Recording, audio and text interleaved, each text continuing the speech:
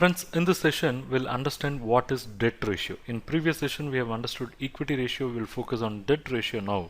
For that, let's take an example of a balance sheet. We'll list out the liabilities and assets. Since this is part of capital structure ratio, we'll list out only the liabilities. So what are the liabilities? Shareholder funds is 100. Bank loan is 100. Debentures are 100. Sundry creditors 200. So we have total liabilities which is 500. Now all the funds are basically capital employed. All the funds are capital employed. So what is the total capital employed? It is 500. Now we are concerned about what ratio? We are concerned about debt ratio. So we should identify debt. Okay. So what is the debt component here? Yeah, here comes the debt component. The bank loan, debentures and sundry creditors are the debt component, or we can say outside liabilities. And what is the total? It is total of 400.